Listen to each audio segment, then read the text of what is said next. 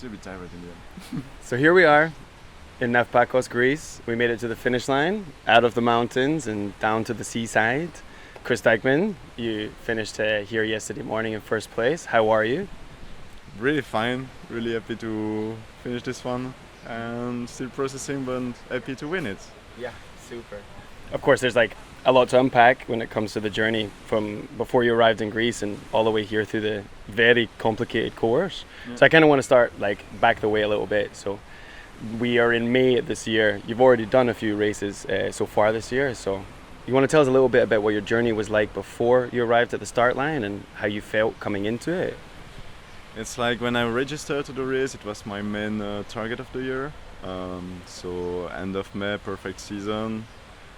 And at a point, one of my friends said to me, okay, I have my wedding date on 23 May. So we have to be here in 25 May in Meteora for the start. And the wedding was in Zurich, so it was like, okay, I don't want to miss the wedding. The race is still on the plan, so let's try to do this. And friends from Lausanne Gravel asked me if I want to join them for Lausanne Gravel Challenge. Mm-hmm. So in my mind it was okay, it's the week before, it's on the way to go to Zurich. So let's go to Lausanne, do the nice loop around the lake. Mm-hmm. Wedding after, and after the day, just after the wedding. So the wedding was, I left the party, I went to the hotel, and at 4 I woke up to take the flight. So it was like really stressful week. Okay. I'm really happy I can do everything, but at a point it was too stressful for me. Like I have a story about my brakes here. It's related a bit of it.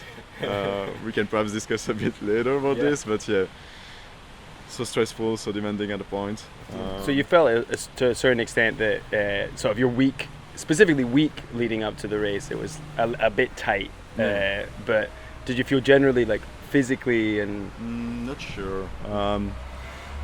About the last challenge, I will not say race because I was not in Le Mans challenge for racing really. It was more just to enjoy. I was really tired on Monday, but it's normal, it's the day after a big loop. Mm-hmm. But I did nothing, I work a lot in Zurich, but it's okay, and I eat. Mm-hmm. So I think my body was okay when I arrived here. Mm-hmm. Probably no tiredness anymore. Mm-hmm. So, and when we start, I was totally okay, and I felt strong all the time, all the way long. So I think the body was okay. You'd say that, like, even coming into it from the beginning, first place was really something you really wanted from this race. No. Yeah, I was clearly here for the win. Yeah. Mm-hmm. I know that I've done races with you in the past where you've come a little bit short, like second place, third place, fourth place kind of vibe. Too many times, yeah. And I've also found that, like, you know, we did Bright Midnight last year, Justinus's race, and you finished in like this crazy time. And when I saw you at the finish line, I was like, Chris, wow, incredible, what a job. And you had this like disappointment. Yeah, a bit, Yeah, it's like most of the time when I finish, it's like I know I still have energy in my body, and probably I didn't use it at the right time, or I lose a lot of time for stupid break, for stupid things all the time. And I know I'm like this. I know I'm really slow to be prepared, really. So hopefully I can push on the pedal quite strong, but I have to do this. And yeah, sometimes I'm really disappointed about this. Really disappointed. It's like finally it's a hobby, it's my holidays, and I'm happy that just it finished and quite well. But here I wanted to do something better than just a top 5 or something like that. Mm-hmm. Like you felt that coming into this that physically you felt like you were going to be able to perform, but you were worried about the efficiencies in between, kind of thing. Yeah, the human way of working. Yeah. I like the thing when you called it like stupid breaks as well, because stupid breaks is like eating and going to the toilet. No, not really this one. I think this one are really useful. For example, yesterday I was in front. I saw a bar. and I eat pasta there, and it was like really useful. So I know it's useful to stop there and so on, but it's like if I stop at the same place of a rider, we do some stuff. The rider will leave always before me, like 5 minutes or something like that, because I'm slow to unpack, to pack, all this stupid stuff. Oh, I forgot to put my earphones and stupid things all the time. And yeah, just really slow in the basic life. Okay. So, Slow and basic life, very fast on bike. So I guess now I'd like to sort of move into the first part of the race. For people who are watching the dots, the first part was really on fire. Of course, like Flores took this big lead, but then the distance between sort of you and Joachim and Sebastian, it was really tight for that whole first loop, this loop where we went around the national park. How was the experience of that first day and a half as you were racing around that section? for me, it's more 1 day than 1 day and a half, because we were with Joris in front the first day. I arrived just a bit in front of him at the Kipi village. And when I arrived there, it was like, weather is so shitty. I prefer to stop here, to rest in a hotel, and it makes no sense to continue outside. You will just be tired more. You are not really efficiency because the trail was so wet and so shitty. So I took a room just before midnight, something like that, and I left at 3 or 4, something like that. So yeah, when I started the day after, I was probably outside of the top 5, but it's like we only did like 100k or something like that. I don't remember exactly. No, more. Yeah, it's quite a bit more. Yeah, it's 170 or yes. 200 almost. I think. I think it's 180. Yeah. Something like 200. And at that stage, there is still so many kilometers. So Flores was. My mind, it was okay. It's too far away from the finish to continue to push like this. So just resting the first day. The second day, so I was a bit delayed compared to the other ones. And when I started the day, I catch some guys during the whole day, and at the end of the day I catch Sebastian and Marin, and I really felt easy at this time. And we arrived with Marin at Metsovo. Okay, when you finished the loop. I think a lot of people in this section as well, outside of like the weather not being great, is the weather then affected the conditions of the trail. How was your experience of the trail conditions and these things? Like Belgium. Like Belgium. So you were at home. No, it's what we have all the winter. So it's really the same. Okay. And this is so the brake pad story is really related to this. So it was so muddy, and so my rear pads were totally destroyed, but like totally. The second morning. And the second morning, so before catching all the guys, I checked my pads, I removed them, and I saw this, and I was okay. I have spare, so I will change it. And we related this to the previous story, the crazy week before in Switzerland and so on. So when I went to Switzerland, I had to prepare 2 bikes, the gravel bike for the Le Mans Challenge gravel and the one from here. So I took all my spares. I was working on Thursday, and I left on Thursday after working. So just put all my stuff and leaving. And I put some brake pads in my boxes, but it was Magura one, and I'm riding SRAM brakes, so there is no meaning obviously for it. And it's just something you didn't check in advance, and you just chucked them in the bag. And they were perfectly stored up. I put the small bag in the big one. It was okay. And when I so you discovered this in Metsovo when you went to change, or before? The day after the rainy one. Okay. So second day in the morning. And I was in a small town. I removed my wheels to check everything, and I pushed the pads, and it's not working. Why? And finally, I turned the pad, and I saw Magura. So at this moment, I was like so mentally down, but like totally. I thought about scratching. I thought about, because mentally you're just out. You think you've still got so far to go, and you've not got rear brakes. Clearly. And in the end, the Magura, you can fit it in the caliper. So I did not succeed the first time, I ride a bit and I try again after, and I fit it them because they are quite the same size, but they are not perfectly aligned, so the braking is like a bit shitty. But still, I have a brake. Something. I did the day. I catch Marin and Sebastian, and it was okay up to there. And in the last downhill, up to Metsovo, at one point I was braking and hop, nothing anymore. Like I check my brake and there is the pin was away and the pads were away too. No, okay. So it was only up to Metsovo, so last downhill, only front brake, but basically it was okay.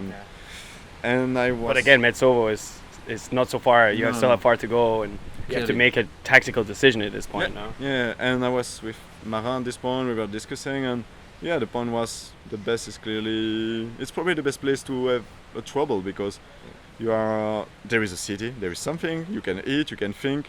Yeah, there is Ioannina, not that far. So at that point, I was thinking, okay, do I try to put the old one, like the dead one, and try to continue the loop and so on? But in the end, it was the worst idea ever. When I think about all the descent we had after, it's like you need brake pads, definitively. Definitively. So it's probably the best idea to stop at this point. So at 10 or 9 perhaps in Metsovo, In the evening, the second day, it was like, okay, eating. We had some pizza with Marin and Sebastian in Metsovo. For me, it was like quite a break in the race. Yeah. Find an hotel. At the hotel, like a real night. My mind was a bit. It was a break in the race, totally. In the morning, breakfast, like a real nice breakfast. And we were at 3 with Lucas and Victor in Metsovo. We took the taxi. We tried at 8 the first bike shop in Ioannina, but it's like you can find only rim brakes and so on, so small loss of time. And after we found a really nice one, but it took some time and so on. So back at the hotel, Mex a bit to change everything. But at this stage it was really like I want to do everything perfectly. Change the front, change the rear. Okay, the bike. Just start again as hit the reset. Fresh, new. Okay. And I start at 11:30 or something like that. But like determined. Okay, I have to catch everyone. at that stage, it was not everyone. No. They hadn't moved that far back. Yeah. So, but at this point, then, so you'd taken away from the race, maybe. I mean, from when you stopped at Metsovo to where you got back on your bike at Metsovo, you're talking like maybe 14 hours or something, no? Because you said you stopped at around 9 or 10 to 11, yeah. 10 in the evening until 11 a.m. in the next evening. Yeah. So it's a big break. And then, but I remember when we saw each other at Checkpoint 2 and I asked you about it, you kind of said that it very much felt like you didn't have an option. You're sort of considering your options, but when you really thought about it, you realized there was no option at all apart from to do it the way you did it. But then you also had a lot of rest and a lot of food, and it's almost like a new start line, right? Yeah, clearly. And then at least when I saw you at Checkpoint 2, you were super stoked. You were in a great mood, and you were really ready to. You had lit the fire, and you were ready to keep stoking it. So is it maybe true to say that like the section from Metsovo into Checkpoint 2, which I've heard is also very beautiful, that you realized that you were onto something and that you still had a chance? It was when I started again the race. My mood was really nice. It was not like the day before. Okay, I'm mentally done and so on. It was like I did Silk Road and Atlas, so I wanted to finish the Wool Mountain Series. I did 4th on every race. So at the point I was thinking, okay, if you do 4th, it will be 4-4-4. Nice. So I love this like adaptation. Like you just change what the plan is, what the story is, and you're like, this is a fine story. That works. So at the point it was the first motivation, just catch the top 4, and we will see. But as there is still like 500k to go, I was not.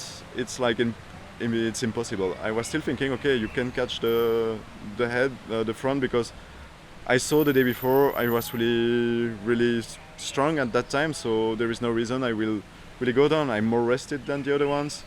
okay, there is a gap, but they will have to sleep at a point, and still 500k to go, and so many elevation and so on. So the goal was to just keep the mentality moving, to keep the body moving, to not worry about it too much, and just to keep pushing. Yeah, clearly. CP2, I just reached the first target, top 5 again. Yeah. And I enjoy all this part. And after CP2, it was like all this part of in the remote mountains was crazy. I really love this part. I left the checkpoint about 5 or 6 p.m., something like that, 6 p.m. perhaps. I think it was earlier. Earlier? Yeah, because we were there around sort of late, maybe like 2, 3, maybe 3 o'clock, something like that. Perhaps, but I mean, the end of the day, it's really like 6 p.m. it's my time. I always feel like strong, and the daylight, it's like, the best color and so on. So I was there at the best time of the day, and I was thinking about the other ones, probably there about midday when it was 35 degrees, so I was really much better in my situation than probably 5 hours earlier. And so we were sort of watching the dots as you went along, and at some point we realized like you're really storming the pack, and it was really exciting to watch, I think also for people at home. Where was the switch point in your mind when you realized that the chase was working? I don't know the name of the place, but where Flo it was the town before the big climb after the long descent. I don't remember all the routes, but where Floris, Crutch, and Joachim slept. It's really a small town. I saw the church. I was looking for some water, and I saw the bike of Joachim. And he saw me. He went outside, and we started to speak a bit. And I was going to sleep, and he said to me, "Oh, they're not that far." Sorry. So in my mind, I tried to sleep, but like really few minutes, and I felt okay. I'm not able to sleep at all. It's like I know they are just next to. I breakfast with Joachim, kind of fresh again, not really, but just motivated, and I start again. And I think at this time Marin was sleeping, so I probably catch him. I mean, he was not on the bike. And I just push, was not with Joachim anymore, and I know that Sebastian was only 10k or 20k in front, no less than 20, probably 10. And I was thinking I will find him in the trails, on the trails, and finally I catch him just after the big downhill, not a downhill, uphill. I checked the tracker at a point, and I saw we are in the same uphill, but like a long one. And I catch him just after downhill in the hiker bike. Cool. And at this point, for me it was okay. You are where you have to be now, and just try to manage something, because I knew that I will have also my downtime about sleeping, I would say.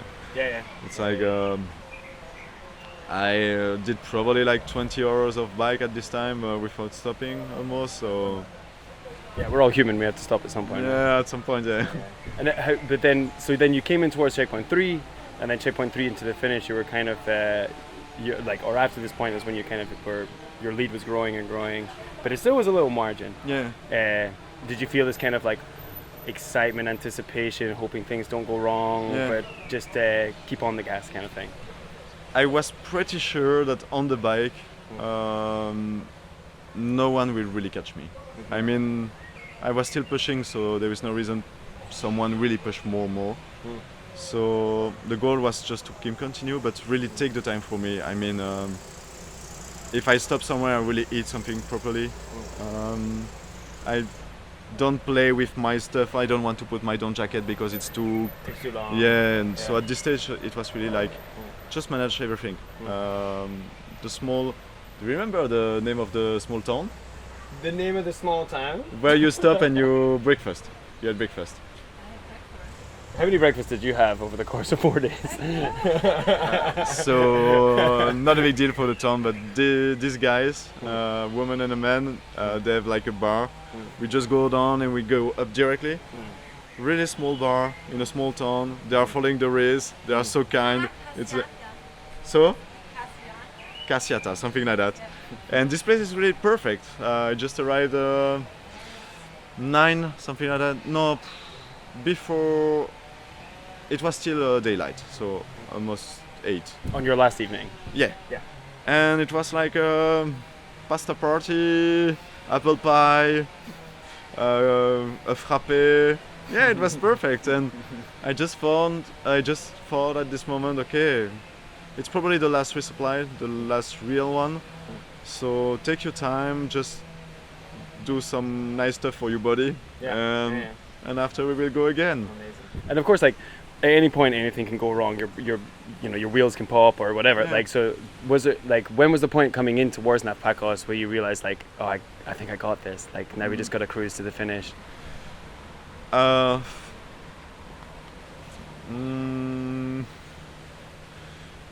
think I knew it for Sometime. Yeah, from CPT I was pretty sure it will be okay. Because again I felt my body was still responding as yeah. So when I was here I was totally zombie. Yeah. Because you arrived at like 6 a.m. so you'd obviously gone through the night again. I was sleepy in the last uphill. The downhill was okay because it's so fast. I was thinking at a point to do a nap like on the top, but no way. It's like it's in the morning. You just want to arrive. You see all the roads to go down. It's The lights of the city in the distance. Yeah. It was very nice in the morning. Yeah. And I arrived, there is nothing open, just the bakery moving, even no people in the city, so it was a good mood. And when I arrived here I didn't process totally that, I was the first, I knew it obviously, but still... Kind of surreal. Yeah, clearly. My mood was still a zombie in my mind, so... And now you feel it's maybe like in the 24 hours after that it's kind of dawning on you that that you've taken the win, and you probably had lots of messages from home and things like this. I still have to answer to a lot of them, but sorry guys. But yeah, it's like, but still we are. It's like still a peace mood for now, because I'm still tired, obviously. Yeah, it's going to take a bit of time to get used to. Yep. But this is your third Nelson race of the series, and then you're finally taking home. So we've got 441. This is a kind of nice number. 441, yeah. 441. 421. I don't know. I don't know. It's 441, but I'm thinking about. You would prefer. See, it's always got to be something better. Yeah. So I guess that's the vibe. It's like you want to try and take this win and try and carry it forward and keep going, right? No, I just want to ride in a nice place. So yeah, the result is like a target, but the main target is always the destination. I mean, I'm not sure I will come back one day here. Same for Morocco, because I did it, and Silk Road it's another story, but for other reason, just because it's crazy. But basically, as I said, I was a bit mentally down when I had my brake pad story, but just after it was okay. You know why you're here. It's not because you want to be first and so on. It's like part of the motivation, but it's not the only motivation. And really, there is nice mountain here. There is a reason to be here, and I forgot the question, but yeah. Well, I mean, I think it's been an amazing journey to watch you come in, and it's been a very dramatic sort of series of events which brought you here. But I think from our perspective, having seen you finish behind, like see some disappointment in the races before, like even just for me personally, and I know for a lot of other people, it's like it's really amazing to see you succeed in the way that you expected to. So a huge congratulations, and you earned it, buddy. Thanks a lot, Allan. You're welcome. Thank you.